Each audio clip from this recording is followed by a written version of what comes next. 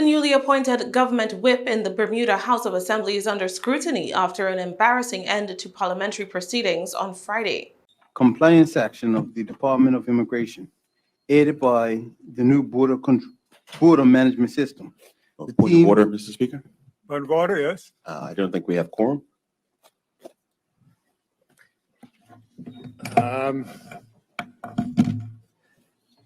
You're correct for the time being, which means we'll start a process.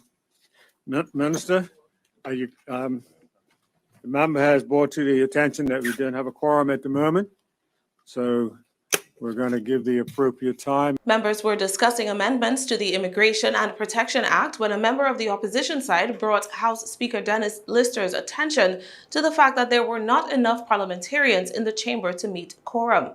As such, the proceedings were out of order. Speaker Lister then gave time for sufficient numbers to return to the House. So we've got 5 minutes on the clock now. It is now 2:05. 2:05. So we need to have a quorum in here by 2:10. Beg pardon? You need, yeah, 14 members is your quorum, so we need 14 members here by 2:10. And about a minute later, At any time that a quorum is called, the House has to acknowledge that call for a quorum, and the quorum is a minimum of 14 members, or is 14 members, and we have 5 minutes to secure 14 members in the House. If not, the House will adjourn for the rest of the day. So, members who are in listening audience, in listening ear, if you're not present, I suggest you put on your sneakers and run to this direction. unfortunately for the governing side, progress on the immigration legislation and on a draft bill impacting the minimum wage had to be delayed as sufficient numbers of their 30 parliamentarians did not return to the House of Assembly before the time was up, and neither did enough of the 6 opposition members of Parliament present themselves in the House. Therefore, Speaker Lister had no choice but to adjourn the meeting. Afterwards, representatives of both sides of the political divide traded jabs for the quorum catastrophe.